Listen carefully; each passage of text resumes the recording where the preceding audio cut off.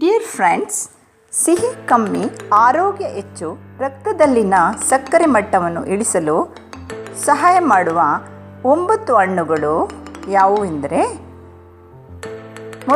ಮೊದಲನೇದಾಗಿ ಹಣ್ಣು ಏಕೆ ಮುಖ್ಯ?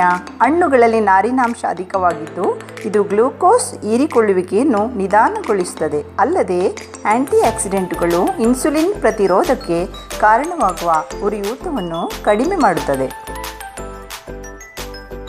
ಮೊದಲನೇದಾಗಿ ಯಾವ ಹಣ್ಣುಗಳಲ್ಲಿ ನಾರಿನಾಂಶ ಮತ್ತು ಸಿಹಿ ಕಮ್ಮಿ ಇರುತ್ತೆ ಅಂದರೆ ಬೆರಿ ಹಣ್ಣುಗಳು.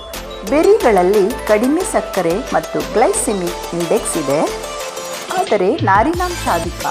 ಇದರ ಆ್ಯಂಟಿ ಆಕ್ಸಿಡೆಂಟ್ಗಳು ರಕ್ತದಲ್ಲಿನ ಸಕ್ಕರೆ ನಿರ್ವಹಣೆಗೆ ಸಹಾಯ ಮಾಡುತ್ತದೆ. ಕಿವಿ ಹಣ್ಣು. ಕಿವಿ ಕೇವಲ ಸಿಹಿ ಮತ್ತು ಹುಳಿಯ ಮಿಶ್ರಣವಲ್ಲ, ಇದು ಕಡಿಮೆ GI ಹೊಂದಿದೆ.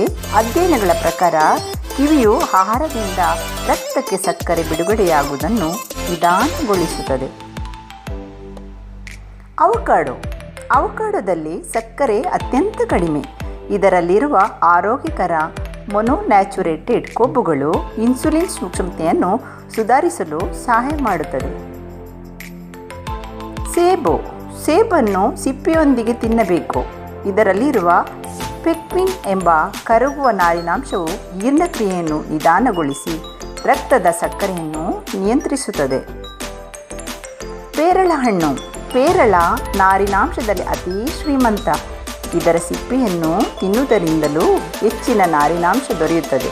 ಇದು ಮಲಬದ್ಧತೆಯನ್ನು ನಿವಾರಿಸಿ ಸಕ್ಕರೆಯನ್ನು ಸಮತೋಲನದಲ್ಲಿರುತ್ತದೆ. ನಿಂಬೆಹಣ್ಣುಗಳು.